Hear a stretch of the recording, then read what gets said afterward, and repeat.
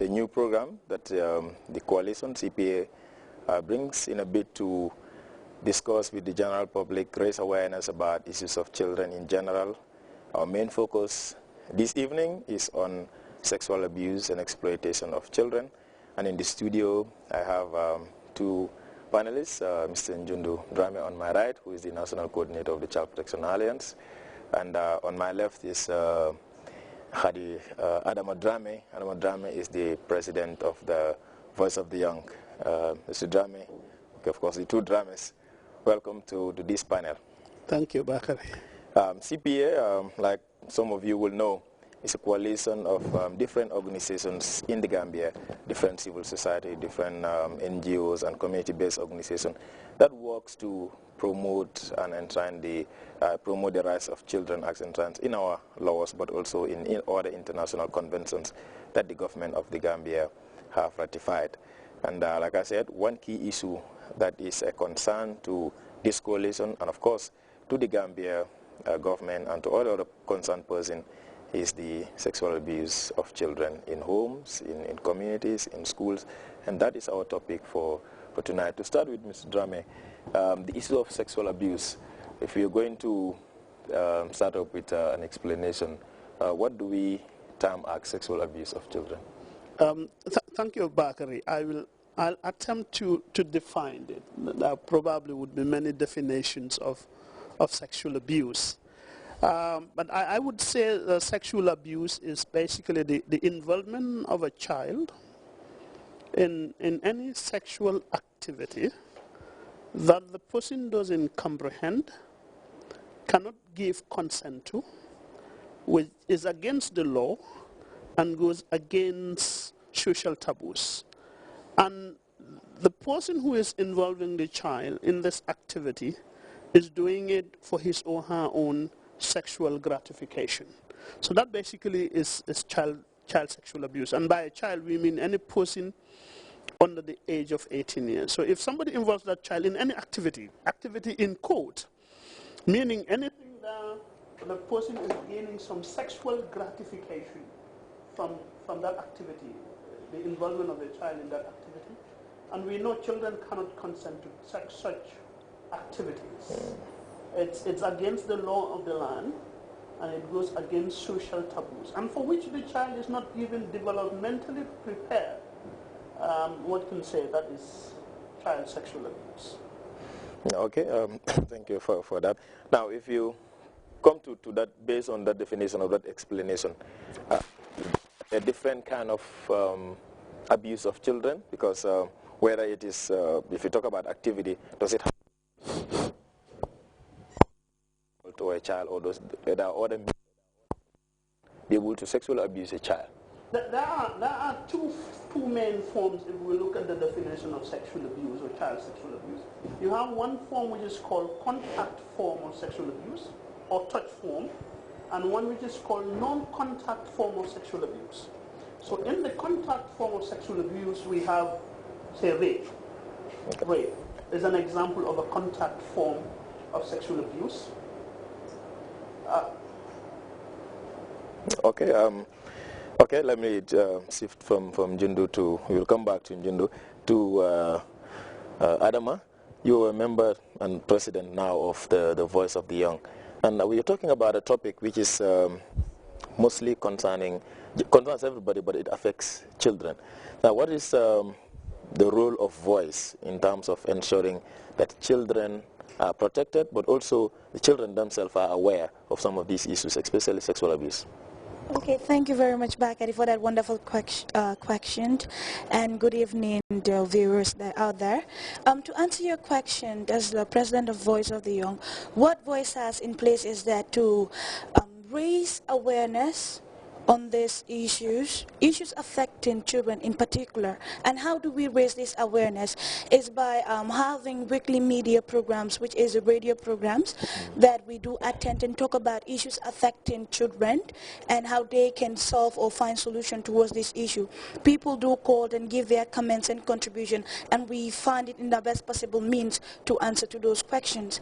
The things that we do are also having quarterly banter bar. Voice of the Young, we we have decentralization programs, which means that we have clubs all over the regions in the Gambia. So we do have bantabas in the sense that it takes place in all the regions in the Gambia, and children are being, to make sure that children are safeguarded and their rights are being protected. We also have seminars. We do also have workshops, trainings, which also impact or empower children with necessary skills, like for instance life skills, leadership skills, so that they can be actively part of decision-making skill that affects their lives. Okay, and now sometimes you talk about this topic, which is sexual abuse, and the reaction you hear from the public is that sometimes they blame the parents, but sometimes also they blame the children, because they will say it's about what the children wear, or it's about where the children go to, it's about the time that the children go out. And so there are a lot of discussions going on around in the country in terms of what could be responsible for children being exposed to abuse. Okay, Bakari, I think it is the responsibility of the parents, the community, and the child, him or herself. First of all, I will start with the child.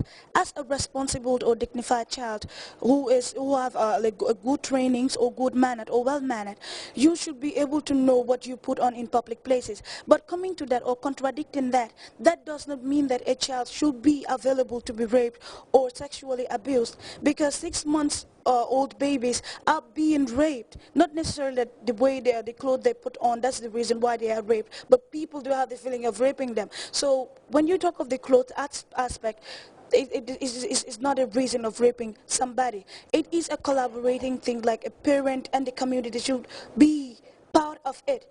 As a mother, if you go to the shop and take your one-year-old child to the marketplace, start buying him or her these changals or this rough clothing, and the child became adept to it. So when the child wears it in the later on, you start blaming the child. Hence, is the responsibility of the parent. Okay, Mr. Dami, we were talking about the issue of the contact form and the non-contact form of abuse, and we want to continue on that so that we can also make people understand that it's not necessarily direct contact between two people. Yeah, thanks, Bakari. As I was saying, you have the two forms. You have contact form of sexual abuse and non-contact form. In the contact form, there is, from the word contact, between the child and the abuser. Okay. So it's kind of a sexual relation.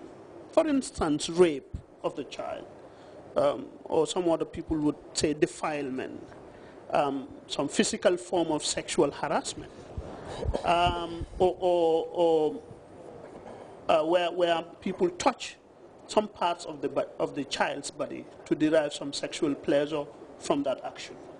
If you go to non-contact form, let's say you have online abuse, so people using the internet, for instance, to abuse children, people using their mobile phones to abuse children, to use words, basically words and images that are sexualized. You have one form which is called voyeurism, meaning that people take pleasure from looking at the naked body of a child.